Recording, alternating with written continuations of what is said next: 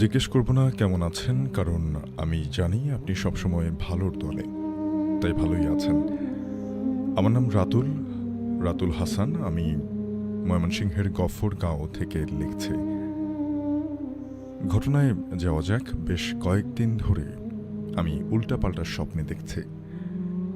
কেউ যেন আমার কানের কাছে এসে বলছে, ফিস ফিস করে বলছে, মরবি, সব মরবি। আরও অনেক অদ্ভুত সব স্বপ্ন তো আছেই। তো একদিন রাত ৩টায় আমি হেডফোন লাগিয়ে জোরে জোরে গানের সাউন্ড এত বেশি ছিল, তারপরও আমি স্পষ্ট শুনতে পারছিলাম যে কেউ আমার কানের কাছে এসে ফিস ফিস করে বলছে, মরবি, সব মরবি। সেই রাতে আমি প্রচণ্ড ভয় পেয়ে যাই। পরদিন সকালে আমি আমার ফ্যামিলি মেম্বারকে এই ঘটনাটা খুলে বললে সবাই এটা নিয়ে হাসাহাসি করে, এবং সকালে নাস্তা খেয়ে যখন যে যার মতো কাজে বেরিয়ে যায়, কিন্তু আমার দাদি এই ঘটনায় খুব গুরুত্ব সহকারে নেয়। এবং আমার দাদি আমাকে বলে যে তুই যে স্বপ্নটা দেখেছিস, যে সেটার ব্যাখ্যা আমি না দিতে পারলেও আমি একটা ঠিকানা দিচ্ছি, তুই এই ঠিকানায় চলে যা। তো পরদিন দাদির দেওয়া ঠিকানা অনুযায়ী একজন হুজুরের বাড়িতে আমি গেলাম। তারপর আমি হুজুরকে আমার নাম, আমার সমস্যার কথা বললাম। কিন্তু আজব ব্যাপার শাফিন ভাই, ঘটনাটি শোনার পর হুজুর আমার মুখের দিকে এক দৃষ্টিতে তাকিয়ে রইল। আমি বেশ আনইজি ফিল করছিলাম এবং হুজুরকে বললাম যে হুজুর, কি হয়েছে? হুজুর আমার কথার উত্তর না দিয়ে বলল, কাল সন্ধ্যায় তার সাথে দেখা করতে। তবে বাসায় এসে যথারীতি ঘটনা কাউকে আমি বলিনি, অর্থাৎ হুজুরের সাথে যে আমি দেখা করেছি সেই ব্যাপারটা আমি কাউকে বলিনি। কিন্তু আমার দাদি আমাকে গোপনে নিয়ে গিয়ে জিজ্ঞেস করলো যে তুই কি তোর সমস্যার কোনো সমাধান পেলি? আমি বললাম, হুজুর আমাকে কাল সন্ধ্যায় তার সাথে দেখা করতে বলেছে। দাদি বলল, যা, সমস্যার সমাধান করা দরকার, তুই যাস তাহলে। তো পরদিন সন্ধ্যায় আমি হুজুরের বাড়িতে গেলাম এবং দেখতে পেলাম যে অনেক লম্বা লাইন সেখানে। যেহেতু আমার আসতে একটু দেরি হয়ে গেছে, তাই আমার সিরিয়াল নাম্বারটা অনেক পেছনে। একে একে সবাই তাদের সমস্যার কথা বলে চলে যাচ্ছেন এবং সবশেষে আমার সময় হলো হুজুরের সাথে সাক্ষাৎ করার। এখানে বলে রাখা ভালো শাফিন ভাই, হুজুর সন্ধ্যা ৭টা থেকে রাত 10টা পর্যন্ত তার আসর বসায়। আমি হুজুরের সাথে ৯টা ২০-এ সাক্ষাৎ করার সুযোগ পাই, অর্থাৎ একেবারে শেষ মুহূর্তে। তো যথারীতি হুজুর আর কিছু না জিজ্ঞেস করে আমাকে বসতে বললেন মাটিতে এবং ঘরের লাইট অফ করে দিলেন এবং ঘরের ৪ কোণায় ৪টা মোমবাতি জ্বাললেন এবং আমি যেখানে বসেছি সেখানে একটা গোল বৃত্ত আঁকলেন তিনি। আমার মাথার উপরে হাত রেখে ৫ মিনিট কি যেন পড়তে থাকলেন। আমি তখন বেশ ভয় পাচ্ছিলাম, কারণ এরকম পরিস্থিতির সম্মুখীন আমি আগে কখনো হইনি। কিন্তু তারপরেও নিজের মনকে শক্ত করে আমি চুপ করে বসে রইলাম, কারণ আমার সাথে ঘটে যাওয়া ঘটনাটা সত্যিই একটা সমাধান করা দরকার। হুজুরের মন্ত্র পড়া শেষ হলে হুজুর আমাকে যা বললেন সেটা শোনার জন্য আমি মোটেও প্রস্তুত ছিলাম না। বিশ্বাস করেন শাফিন ভাই, এটা শোনার পরে আমার মনে হচ্ছিল আমার পায়ের নিচ থেকে মাটি সরে গেছে। হুজুর আমাকে বললেন আমার উপরে কেউ কালো জাদু বা ব্ল্যাক ম্যাজিক করেছে এবং যেই স্বপ্নটা আমি দেখছি সেটা ব্ল্যাক ম্যাজিকের কারণেই আমি দেখছি। আমার উপরে ভয়ঙ্কর কালো জাদু করা হয়েছে। আমি বললাম, হুজুর কী রকম কালো জাদু? হুজুর আমাকে বললেন, শয়তানকে খুশি করে তোর উপরে কালো জাদু করা হয়েছে। আমি আবারও প্রশ্ন করলাম, হুজুর শয়তানকে খুশি করার মানে বিষয়টা আমি বুঝলাম না। তারপরে হুজুর আমাকে বলল, শয়তানকে খুশি করে শয়তানের নামে একটি নিষ্পাপ শিশুকে বলি দেয়া হয়েছে, আর এই জাদু থেকে রক্ষা পাওয়া খুবই কঠিন। মাথা কাজ করছিল না আমার, আমি কি করব কিছুই বুঝতে পারছিলাম না। আমি তো কোনোদিন কারো ক্ষতি করিনি, আর আমার উপরে কার এত ক্ষোভ থাকতে পারে? কি বলবো কিছু বুঝতে না পেরে আমি হুজুরকে বললাম, হুজুর এই কালো জাদু থেকে রক্ষা পাওয়ার জন্য কি সত্যি কোনো উপায় আপনার জানা নেই? হুজুর বেশ পাতলা একটা স্বরে বলল, আছে, কিন্তু বিষয়টা খুব কঠিন। আমি বললাম, যতই কঠিন হোক আমি করব। হুজুর বলল যে শয়তানকে খুশি করে একটা নিষ্পাপ শিশু বলি দিয়ে তোমার নামে কালো জাদু করা হয়েছে। এই জাদু কাটাতে হলে তোকে 3টা নিষ্পাপ শিশু বলি দিতে হবে শয়তানকে খুশি করার জন্য। এবার আমার মাথায় আকাশ ভেঙে পড়ল। তারপর আমি নিজেকে শক্ত করে আবার হুজুরকে প্রশ্ন করলাম যে হুজুর, এটা তো সম্ভব না, এটা কোনোভাবেই সম্ভব না, এছাড়া আর কি কোনো অন্য উপায় নেই? হুজুর বলল যে আরেকটি উপায় আছে, কিন্তু সেটা করলে কালো জাদুর প্রভাব পুরোপুরি কাটবে না। আমি বললাম, কি সেই উপায়? হুজুর বললেন যে উল্টাকরণ জাদু। আমি বেশ আগ্রহের সাথে প্রশ্ন করলাম, উল্টাকরণ জাদুটা আবার কি? হুজুর বললেন যে তোর উপরে জাদু করা হয়েছে, তার জাদুই তার উপরে গিয়ে পড়বে, অর্থাৎ তোর উপরে যে জাদু করেছে তার উপরেই গিয়ে জাদু পড়বে। এই সব কথা বলে হুজুর আমাকে বললেন পরশুদিন তার সাথে দেখা করতে এবং সাথে 5 কেজি মিষ্টি এবং একজোড়া মোরগ নিয়ে আসতে হবে, এবং এটাও বলে দিলেন যে দামাদামি না করে বিক্রেতা যা চাইবে তাই দিতে হবে। সে যদি একবারে লাখ টাকা চেয়ে বসে তাহলে কিন্তু তোর সেটাই আদায় করতে হবে। সুতরাং বিক্রেতার ব্যাপারে ঠিক থাকতে হবে, সে যেন বুঝে না ফেলে যে তুই সব দাম দিতে রাজি আছিস। এরপর হুজুরের সাথে সাক্ষাৎ করে আমি যখন বাসার দিকে যাচ্ছি, তখন আমি স্পষ্ট শুনতে পেলাম কেউ যেন আমার ঘাড়ের উপরে হাত রেখে ফিসফিস করে বলছে, মরবি, সব মরবি, কিচ্ছু করতে পারবে না তোদের এই হুজুর। আমি এবার প্রচণ্ড রকম ভয় পেয়ে যাই এবং আমি দৌড়ে বাসার দিকে চলে যাই। অর্থাৎ পথে এই কাহিনীটা ঘটে। পথে হুজুরের বাসার থেকে যখন তিনি ফিরে যাচ্ছিলেন, তখন তিনি আবার এমনটা অনুভব করলেন যে কেউ তার কাঁধে হাত রেখেছে এবং তখন কানের কাছে গিয়ে ফিসফিস করে বলছে যে মরবি, তোরা সব মরবি।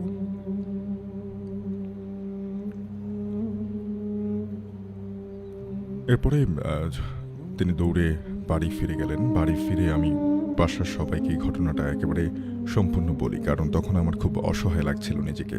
প্রথমে কেউ আমার কথা বিশ্বাস করতে না চাইলেও আমার দাদির কথায় আমার বাবা আমার কথাটা একটু বিশ্বাস করেন এবং আমাকে বলেন যে ঠিক আছে, তোর সঙ্গে আমি পরশুদিন ওই হুজুরের কাছে যাব। তো আমি হুজুরের কথা মতন 5 কেজি মিষ্টি আর একজোড়া মোরগ একদমে কিনলাম। পরশুদিন আমি আর আমার বাবা আমরা 2 জন মিলে হুজুরের সাথে সাক্ষাৎ করতে গেলাম হাদিয়া সাথে নিয়ে। কিন্তু গিয়ে একদম অবাক হয়ে গেলাম। সেদিন এত লোক দেখলাম, কিন্তু আজ হুজুরের ঘরে একটি লোকও নেই, আমি আর বাবা ছাড়া। আমি হুজুরকে কৌতূহলী বসে প্রশ্ন করলাম যে হুজুর, আজ আপনার ঘর এত ফাঁকা কেন? হুজুর বললেন যে শনিবার এবং মঙ্গলবার আমি রোগী দেখি না, আজ তোর সমস্যার সমাধান করব, এই জন্যই তোকে আজ ডাক দিলাম। এরপর আমার বাবা হুজুরকে প্রশ্ন করলেন যে আপনি এসব কি শুরু করেছেন আমার ছেলের সাথে?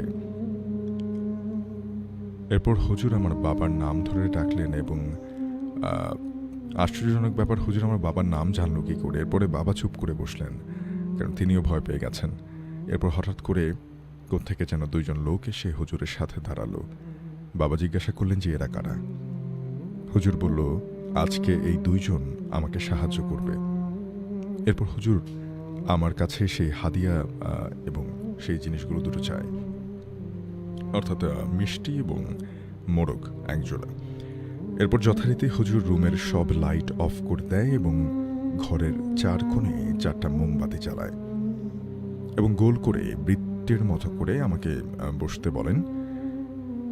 হুজুর ওই 2 সঙ্গীকে অন্য রুম থেকে কি যেন আনতে বলেন। আমি স্পষ্ট দেখতে পেলাম তাদের হাত কালো কুচকুচে, 1 বোতল তেল আছে তাদের হাতে। হুজুর সেই তেলের মধ্যে 5 মিনিট কি যেন দোয়া মন্ত্র পড়ে ফুঁ দিলেন এবং আমার সামনে আগুন জ্বালালেন। এরপর হুজুর আমার কনিষ্ঠাঙ্গুলি চেপে ধরলেন। এরপর আমার আর কোনো কিছু মনে নেই। বাকিটা আমি আমার বাবার মুখ থেকে শুনেছি। তো বাবার মতোই আমি বলার চেষ্টা করছি। বাবা বললেন, তুই যখন অজ্ঞান হয়ে গিয়েছিলি তখন তোর ভেতর থেকে অন্য একজন কথা বলছিল। হুজুর ওকে প্রশ্ন করল যে কে তুই, কে তোকে পাঠিয়েছে?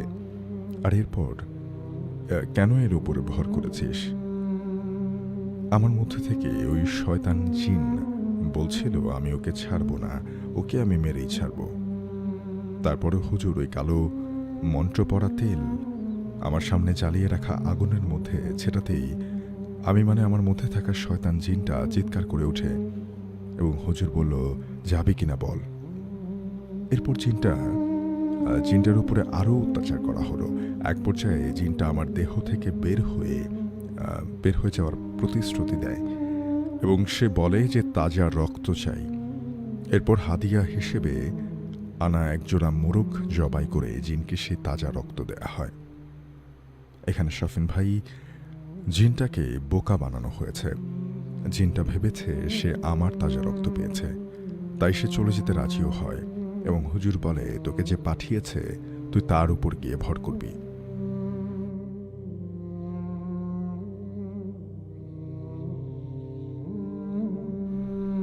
শফিন ভাই, জিন দ্বারা আমাকে কালো জাদু করা হয়েছিল এবং এই উল্টিকরণ জাদুর মাধ্যমে ওই জিন দ্বারাই ওই ব্যক্তির উপরে জাদু করা হয়েছে যে আমার উপরে করেছিল।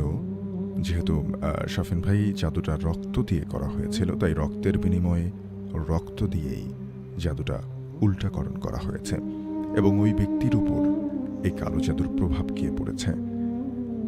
সে এখন চাইলেও এই জাদু আর উল্টাতে পারবে না। এই জাদু শেষ করতে হলে 3টা নিষ্পাপ শিশু বলি দিতে হবে শয়তানকে খুশি করার জন্য। হুজুর আমাকে 2টা তাবিজ দেন এবং বলেন যে সবসময় পরে রাখতে সেই তাবিজগুলো। ওই মন্ত্র পড়া কালো তেলটা তিনি আমাকে দেন এবং বলেন প্রতিদিন গোসলের আগে মাখতে। এবং বাবা হুজুরকে তখন জিজ্ঞাসা করেন যে, হুজুর উল্টাকরণ জাদু কি সম্পন্ন হয়েছে? হুজুর বললেন যে হ্যাঁ, এখন তোর ছেলে বিপদমুক্ত। তারপর বাবা আমাকে নিয়ে খুব দ্রুত রিকশায় নিয়ে বাসায় ফিরে আসেন, কারণ তখনও কিন্তু আমি অজ্ঞান ছিলাম এবং বাবা প্রচণ্ড রকম ভয় পেয়েছিলেন। বাসায় এসে বাবা সবাইকে ঘটনা খুলে বলেন। এরপরে শাফিন ভাই, আল্লাহর রহমতে আর কোনো সমস্যা হয়নি। আমি এখনও ওই তাবিজ 2টো পড়ে থাকি। ওই তেলটা লাগানোর পর গোসল করলে গোসলের পানি কুচকুচে কালো বের হয়, যেমন মনে হয় জাদুর প্রভাব ধুয়ে যাচ্ছে। অর্থাৎ ওই তেলটা গোসলের সময় ব্যবহার করলে তিনি গোসল করার পর তার গা থেকে যে পানিটা পড়ে সেটা দেখে তার মনে হয় যে কালো কুচকুচে কিছু পড়ে যাচ্ছে সেটার সাথে, অর্থাৎ সে জাদুর প্রভাব পড়ছে, এমনটাই তিনি বলছেন। এটা আমার জীবনের সত্য ঘটনা। অনুরোধ করব পড়ে শোনানোর জন্য। আর কালো জাদু বিষয়টা যে কতটা খারাপ সেটা আমার পরিবারই জানে। আমার কন্ট্রাক্ট নাম্বার সেটাও দিয়ে রেখেছেন, তো সেটার আর প্রয়োজন পড়বে না। আমরা ইতিমধ্যে জানি যে কালো জাদু আসলে এমনটাই, এবং আমি সবসময় নিরুৎসাহিত করি, সবসময় বলি যে এই বিষয়টার আশ্রয় কেউ নেবেন না। যাই হোক, ঘটনাটা আমাদেরকে পাঠিয়েছেন, ধন্যবাদ, রাতুল হাসান, ময়মনসিংহের গফরগাঁও থেকে। যে ঘটনাটি শেয়ার করব সেটি আমার এক আপুর কাছ থেকে শোনা। ঘটনাটি তিনি শুনেছিলেন তার এক বান্ধবীর কাছ থেকে। তিনি আমাকে যেভাবে বলেছেন আমি সেভাবে বলার চেষ্টা করছি। আশা করি আপনাদের সকলের ঘটনাটি ভালো লাগবে। আমি কথা না বাড়িয়ে ঘটনায় চলে যাচ্ছি। রাসেল ভাইয়ের কাছে অনুরোধ, ঘটনার ভেতরে ভুল ত্রুটি থাকলে দয়া করে ক্ষমা সুন্দর দৃষ্টিতে দেখবেন। বলতে শুরু করেন আপু। আজ থেকে বেশ কয়েক বছর আগে, আমি তখন সবেমাত্র কলেজের ইন্টার ফার্স্ট ইয়ারের স্টুডেন্ট। আমি নতুন নতুন কলেজে ভর্তি হয়েছি বিধায় অধিকাংশ মানুষ ছিল আমার অপরিচিত। আমার তেমন কোনো বন্ধু ছিল না বললেই চলে, আর আমি এমনিতেও একা থাকতে খুব পছন্দ করতাম। এই জন্য নিজে থেকে কারোর সাথে কথা বলতে চাইতাম না। এক কথায় ইন্ট্রোভার্ট বলতে যা বোঝায় আর কি। আমাদের ক্লাসে অনেক রকমের, অনেক স্বভাবের মেয়ে ছিল। যেহেতু আমি গার্লস কলেজে ভর্তি হয়েছিলাম, কিন্তু কেন জানি না আমার কারো সাথেই কথা বলতে একেবারে ইচ্ছে করতো না। সময়গুলো খুব বোরিং যাচ্ছিল। রোজ রোজ কলেজে যাওয়া, কলেজ থেকে ফিরে আসা, এই গণ্ডির মধ্যেই সীমাবদ্ধ ছিল আমার জীবন। সবসময় মন মরা হয়ে থাকতাম দেখে আমার মা মাঝে মাঝে আমাকে বোঝাতে আসতেন। তিনি সবসময় বলতেন, আমি যদি কারো সাথে না মিশি তাহলে আমার সাথেও কেউ মিশতে চাইবে না, যেহেতু তিনি জানতেন আমি একা থাকতে পছন্দ করি এবং আমার আশেপাশে অন্য মানুষকে আমি খুব একটা পছন্দ করি না। কিন্তু আমার এই অবস্থা আমি নিজেই আর মেনে নিতে পারছিলাম না। তাই পরদিন কলেজে গিয়ে সাহস করে একজনের সাথে বসে তার সাথে কথা বলা শুরু করি। মেয়েটির নাম ছিল আনিকা। আনিকা ছিল খুবই হাস্যোজ্জ্বল এবং ফুরফুরে স্বভাবের একটি মেয়ে। আস্তে আস্তে শুরু হয় তার সাথে আমার রোজ কথা বলা। এরপর আমি প্রতিদিন কলেজে গিয়ে তার সাথেই বসতাম। আমি আগে গেলে তার জন্য জায়গা রাখতাম আর সেও ঠিক তেমনটাই করত। এভাবে আস্তে আস্তে তখন আমার আনিকার সাথে খুব গভীর বন্ধুত্ব গড়ে ওঠে। আমরা প্রায় সময়ই রাতের বেলা অনেকক্ষণ ফোনে কথা বলতাম এবং নিজেদের জীবনে ঘটে যাওয়া নিত্য নতুন ঘটনা শেয়ার করতাম। এভাবে আমার জীবনের বোরিং চ্যাপ্টারের অবসান ঘটে এবং এসব দেখে আমার মাও অনেক খুশি হয়েছিলেন, কেননা তিনি সব সময় চাইতেন যেন আমি একা না থাকি। আনিকার সাথে আমার বন্ধুত্বটা তিনি খুব পছন্দ করতেন। তিনি আমার কাছে প্রায় সব সময় আনিকার কথা জানতে চাইতেন এবং তাকে বাসায় নিয়ে আসার কথা বলতেন। আমিও আনিকাকে বাসায় নিয়ে আসতাম এবং আম্মু তার সাথে এমনভাবে কথা বলতেন যেন আনিকাও তার আর এক মেয়ে। আনিকাও আমার মাকে খুব পছন্দ করতেন, কেননা তার মা জন্মের সময় মারা গিয়েছিলেন। আনিকা আমার সাথে তার জীবনের সবকিছু শেয়ার করত। এই প্রেক্ষিতে আনিকা আমাকে একদিন ফোন দেয়। সেদিন আমাদের কলেজ বন্ধ ছিল বিধায় আনিকা আমাকে তার বাসায় যেতে বলে। যথারীতি আনিকার ফোন পেয়ে আমি তার বাসায় চলে যাই। আনিকা আমাকে জানায় তার একটি ছেলের সাথে নিয়মিত কথা হচ্ছে এবং সে ছেলেটার প্রতি দুর্বল হয়ে পড়েছে। সে আমার সাথে পরামর্শ করার জন্য আমাকে ডেকেছে।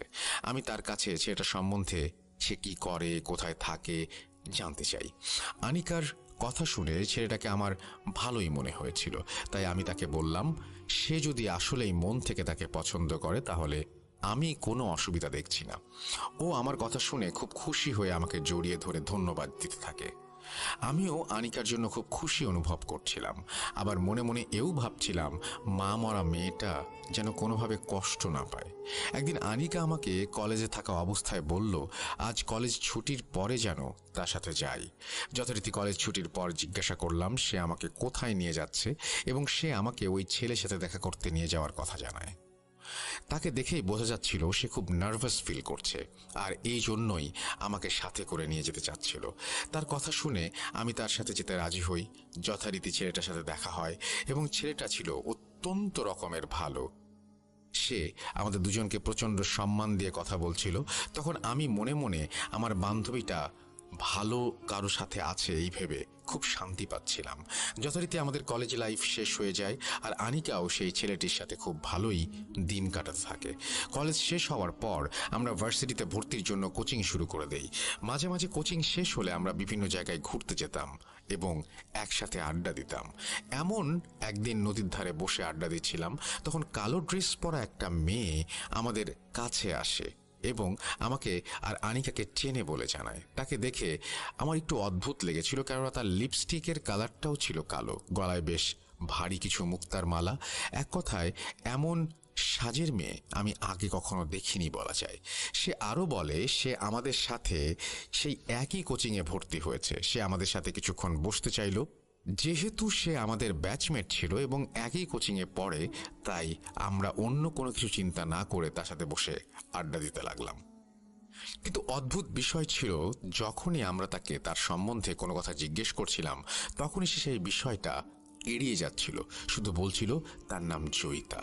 তখন আমাদের মাথায় এত কিছু চিন্তা আসেনি, তাই আমরা ব্যাপারটাকে স্বাভাবিকভাবেই নিয়েছিলাম। আস্তে আস্তে তার সাথে আমাদের ভালো বন্ধুত্ব হয়ে যায়। মাঝে মাঝে সে আমাদের জন্য বাসায় রান্না করা নানা ধরনের খাবার নিয়ে আসতো এবং বলতো এই খাবারগুলি তার মা রান্না করেছে এবং তিনি নাকি কোনো একটি রেস্টুরেন্টে শেফ হিসেবে কাজ করেন। খাবারগুলো আসলেই ছিল অসাধারণ, যেমন তার সুবাস তেমনি তার স্বাদ। জয়িতা সবসময় 3টি বাটিতে করে খাবার নিয়ে আসতো এবং সে নিজের হাতে আমাদেরকে একটি একটি করে বাটি দিত। আমরা মাঝে মাঝে শয়তানি করে একে অপরের বাটি অদল বদল করতে চাইলে সে অদল বদল করতেই দিত না এবং বলতো আমি ঝাল বেশি খাই তাই আমারটা ঝাল বেশি দেয়া আছে। আর তারটাতে নাকি লবণ কম, কারণ সে লবণ কম খায় জন্য। আমি ভাবলাম আমি ঝাল বেশি খাই, এই কথা তাকে আগে বলিনি, সে কি করে জানলো? আবার আমি যখন তার কথা শুনে বললাম সমস্যা নেই, আমি আনিকার থেকে নিয়ে খাচ্ছি, তখন সে বলতো আনিকা এত ঝাল খেতে পারবে না, কারণ সে ঝাল কম খায়। আমরাও ব্যাপারগুলোকে স্বাভাবিকভাবে নিতাম। এভাবে কিছুদিন কেটে যাওয়ার পর আনিকার মধ্যে কিছু পরিবর্তন লক্ষ্য করতে থাকি। যে মেয়েটি সবসময় হাসাহাসি করত এবং প্রাণবন্ত ছিল, হঠাৎ সেই মেয়েটি মনমরা হয়ে বসে থাকতে শুরু করে এবং অকারণে রাগারাগি করতে দেখা যেত তাকে। আমি তাকে এরকম করার কারণ জিজ্ঞেস করলে সে আমাকে বলতো কিছুই হয়নি, আর আমি যেন তাকে নিয়ে চিন্তা না করি। একদিন বিকেলে ঘুমিয়ে আছি, আর তখন হুট করে আমার ফোনে একটা কল আসে। আমি রিসিভ করতেই ও পাশ থেকে একটা ছেলে কণ্ঠ শুনতে পাই। আমি তার কাছে পরিচয় জানতে চাইলে সে আমাকে তার নাম বলে, এবং তার নাম শুনে আমি বুঝতে পারি সে আনিকার বয়ফ্রেন্ড। কেমন আছে জিজ্ঞেস করতেই সে আমাকে তার প্রশ্নের উত্তরে বলে, আনিকার কি হয়েছে? ও আমার সাথে আগের মতো আর কথা বলে না, আমি ফোন দিলে বিরক্ত হয়, বেশিরভাগ সময় ফোন রিসিভ করে না। কি হয়েছে জানতে চেয়ে একদিন তার সাথে দেখা করতে চাইলাম, কিন্তু সে আমার সাথে খুব বাজে ব্যবহার করলো। তাই কিছু হয়েছে কিনা জানার জন্য তোমাকে ফোন দিয়েছি। কল দেয়ায় তুমি বিরক্ত বোধ করলে আমি সত্যি দুঃখিত, কিন্তু আমার কাছে যে আর কোনো উপায় নেই। তুমি কি কিছু জানো? হঠাৎ এমন কথা শুনে অবাক হই। তখন আমার মাথায় একটা ব্যাপার আসে, আর তা ছিল আনিকা এই ছেলেকে নিয়ে অনেক কথা বলতো, কিন্তু কিছুদিন যাবৎ সে তার কথা খুব একটা বলছিল না। আমি জিজ্ঞাসা করলে সে কিছুটা রাগান্বিত হয়ে আমার দিকে তাকিয়ে থাকতো এবং বলতো সব ঠিক আছে। তাই আমি তার কাছে কিছু জানতে চাইতাম না। আমি ফোনে ছেলেটাকে কি হয়েছে জানার চেষ্টা করার আশ্বাস দিলে ছেলেটি ফোন রেখে দেয়।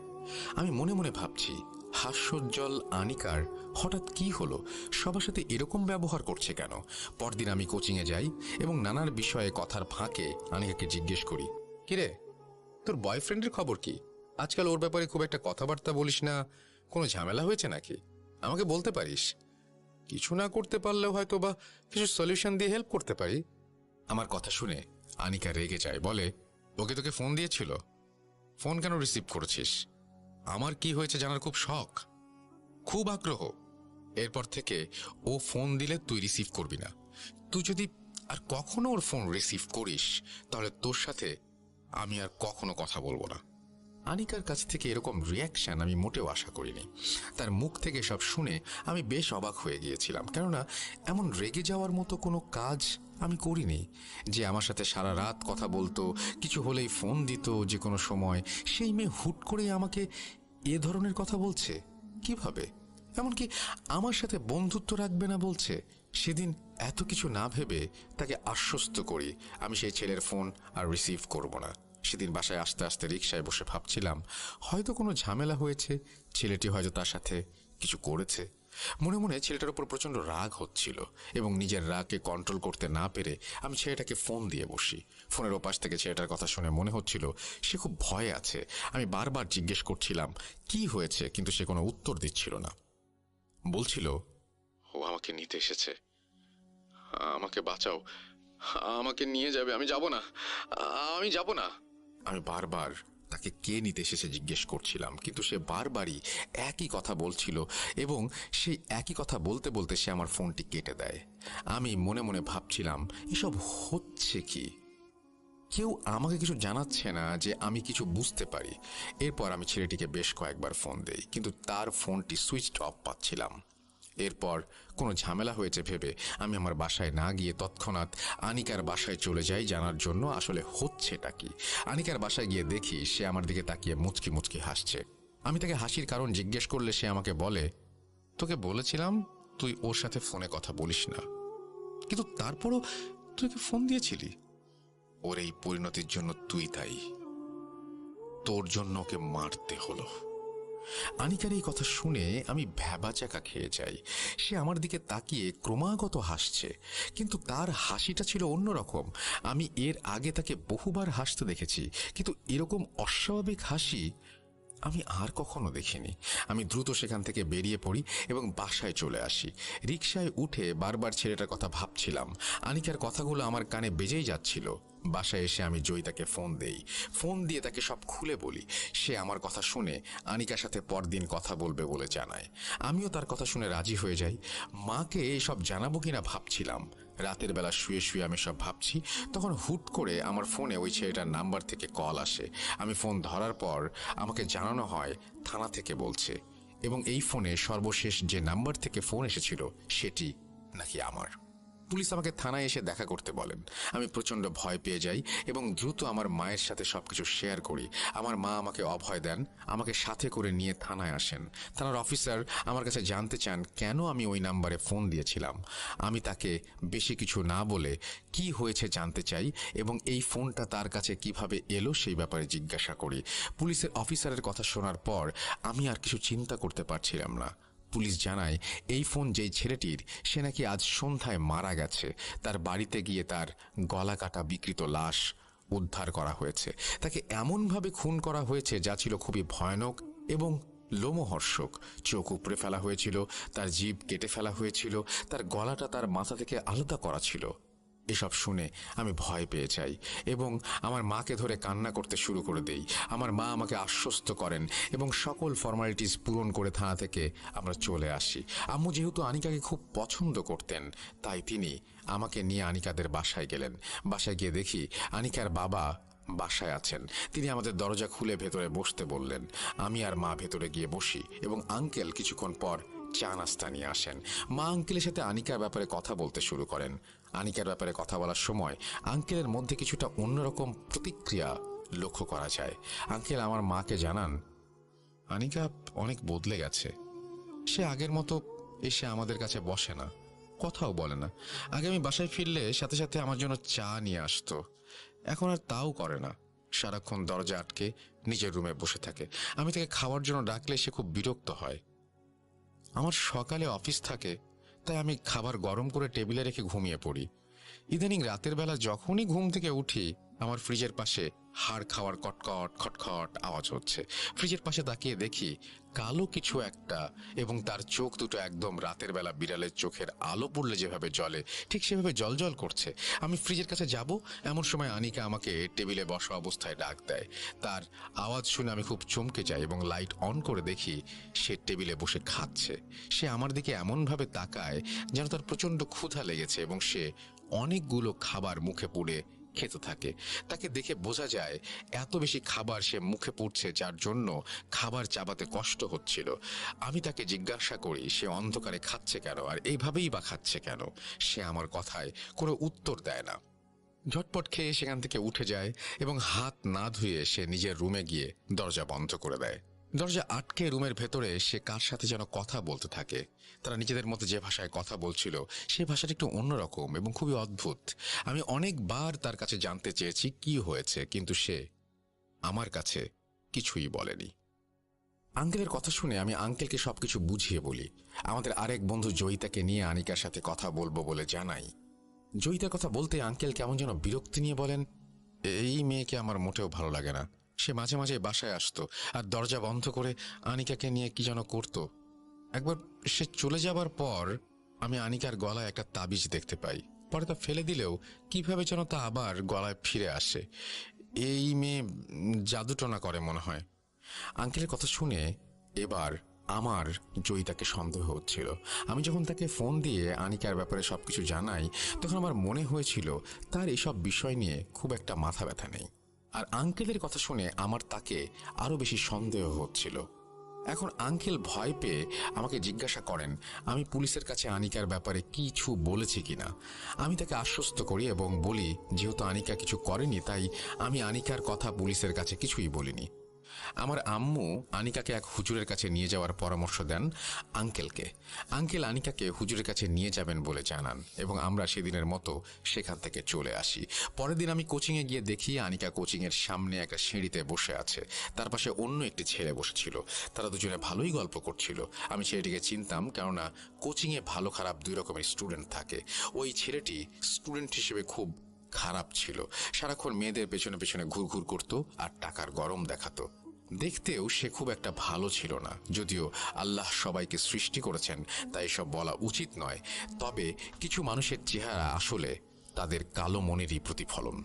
আমি এখানে কারো চেহারা নিয়ে বাজে কিছু বলছি না, শুধুমাত্র মানুষের ফিজিক্যাল অ্যাপিয়ারেন্সের বর্ণনা দিচ্ছি।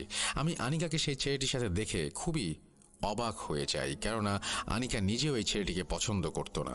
আমি আনিকার কাছে গিয়ে বলি সেখানে বসে কি করছে এবং আমার সাথে তাকে ক্লাসে যেতে বলি। সে রাগান্বিত দৃষ্টিতে আমার দিকে তাকায় এবং আমাকে বলে সেখান থেকে চলে যেতে। আমি তাকে নিয়েই যাব বলার পর তার সাথে আমার অনেক কথা কাটাকাটি হয় এবং এক পর্যায়ে আমি ক্লাসে একা চলে আসি। ক্লাসে এসেই আমি জয়িতাকে খুঁজে বের করি, কিন্তু সে অনুপস্থিত। এভাবে প্রতিদিন আমি কোচিংয়ে গিয়ে দেখি আনিকা সেই ছেলেটির সাথে গল্প করছে। সে একটা ক্লাসও করে না, তার সাথে বসে সেখানে আড্ডা দেয়, আর কিছুক্ষণ পর ওই ছেলের সাথে ছেলেটার বাইকে করে কোথায় যেন চলে যায়। আর একটা অবাক করা বিষয় হচ্ছে, যেদিন থেকে আনিকার এরকম ব্যবহার লক্ষ্য করি সেদিন থেকে জয়িতাকে আর কোচিংয়ে দেখা যাচ্ছে না। আমি বাসায় গিয়ে আমার বাবা মাকে সবকিছু জানাই। আগেই বলেছি আমার মা আনিকাকে নিজের মেয়ের মতো দেখতেন, তাই তিনি ব্যাপারটা নিয়ে অনেক চিন্তিত হয়ে পড়লেন। পরদিন তিনি আমাকে নিয়ে কোচিংয়ে আসেন এবং আমরা আনিকাকে ওই সেম জায়গায় বসে ছেলেটির সাথে কথা বলতে দেখি। আমার মা আনিকার কাছে যান এবং সেখানে বসে কি করছে জিজ্ঞাসা করেন। আনিকা আমার মায়ের সাথেও খুব খারাপ আচরণ করে। আমার মায়ের কাছে তখন ব্যাপারটা কিছুটা খটকার মতো লাগে, কেননা মা মরা মেয়ে যখন মায়ের মতো কাউকে পায় তখন সে তার সাথে খারাপ আচরণ করবে, এটা কিছুতেই সম্ভব নয়। আমার মা আমাকে ক্লাসে চলে যেতে বলেন এবং সেখান থেকে তিনি কোচিং স্টাফ রুমে চলে যান। স্টাফ রুমে গিয়ে তিনি জয়িতার ব্যাপারে খোঁজ নিতে শুরু করেন। সেখান থেকে তিনি জয়িতার ঠিকানা পেয়ে যান। কোচিং শেষ হওয়া পর্যন্ত তিনি আমার জন্য অপেক্ষা করেন। কোচিং ছুটির পর তিনি আমাকে নিয়ে জয়িতার বাড়ির উদ্দেশ্যে রওনা হন। ঠিকানা মতো আমরা জয়িতার বাড়িতে পৌঁছে যাই। জয়িতার বাড়ির সামনে গিয়ে আমরা দেখি দরজায় তালা লাগানো। আশেপাশের লোকজনের কাছ থেকে জানলাম জয়িতা এখানে একাই থাকতো, আর তার সাথে নাকি কখনোই কাউকে দেখা যায়নি। প্রায় 1 মাস যাবৎ নাকি সে আর আসেনি এখানে।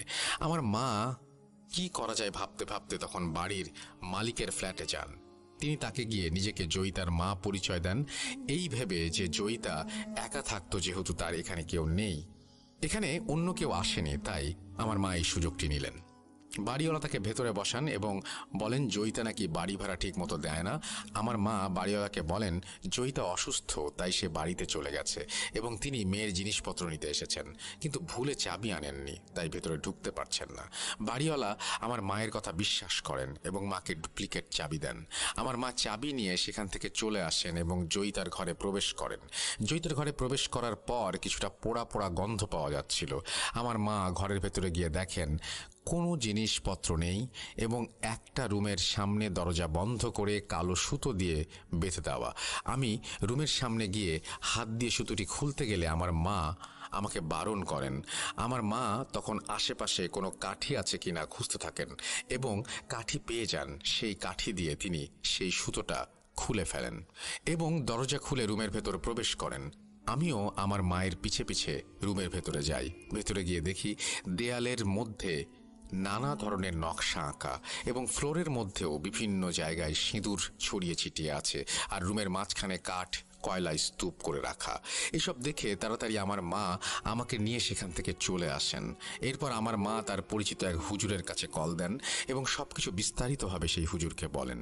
হুজুর সেই রুমটি দেখতে চলে যান এবং আমার মায়ের সাথে রুমটি দেখে আসেন।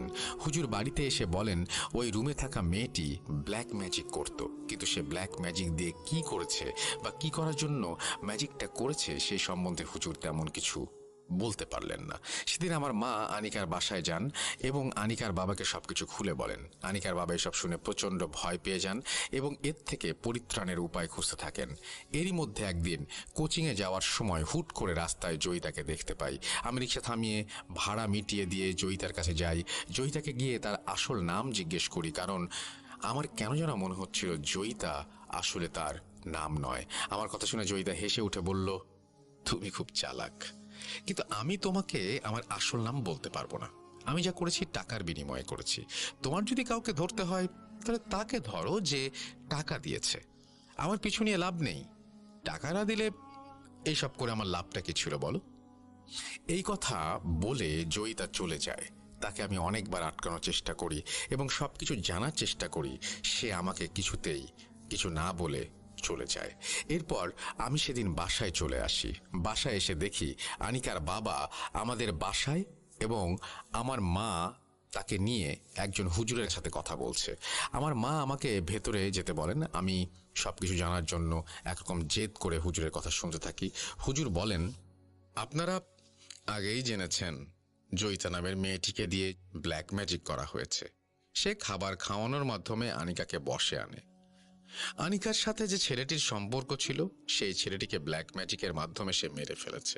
এই কাজটি সে করেছে টাকার জন্য।